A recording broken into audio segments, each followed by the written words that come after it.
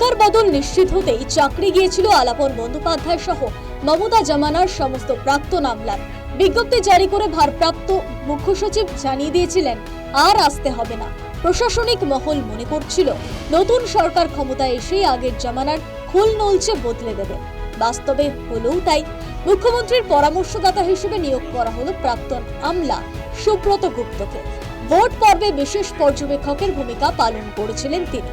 দিন কয়েক আগে বিশেষ পর্যবেক্ষকের দায়িত্ব থেকে সুব্রত গুপ্তকে অব্যাহতি দিয়েছিল নির্বাচন কমিশন। তারপরে শনিবারের নতুন নিয়োগ, নতুন পরামর্শদাতা নিয়োগের পাশাপাশি নিয়োগ হচ্ছে নতুন ব্যক্তিগত সচিবও।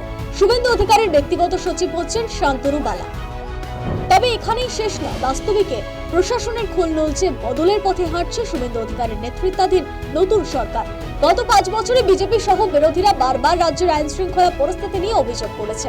ভোট প্রচার পর্বে বিজেপিও আইন শৃঙ্খলা পরিস্থিতির অবনতির অভিযোগ তুলেছে। প্রশাসনের শীর্ষে বসে আইন শৃঙ্খলা পরিস্থিতিকে সর্বাধিক গুরুত্ব দিচ্ছে বিজেপি সরকার। সোমবার নবান্ন সভাঘরে রাজ্য প্রশাসনের পদস্থ কর্তাদের সঙ্গে বৈঠক করবেন নতুন মুখ্যমন্ত্রী শুভেন্দু অধিকারী। বৈঠকে থাকবেন রাজ্য পুলিশের ডিজি, কলকাতা পুলিশ কমিশনার এবং জেলাগুলির পুলিশ সুপাররাও।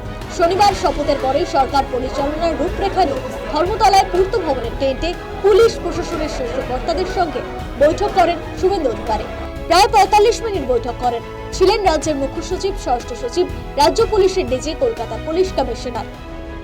মুখ্যমন্ত্রী পদে শপথের বিকেলে রাজ্যের নতুন মুখ্যমন্ত্রী শুভেন্দু অধিকারী তার নতুন নির্বাচনী কেন্দ্র ভবানীপুরে জনসংঘের প্রতিষ্ঠাতা শ্যামাপ্রসাদ মুখোপাধ্যায়ের বাড়িতে যান।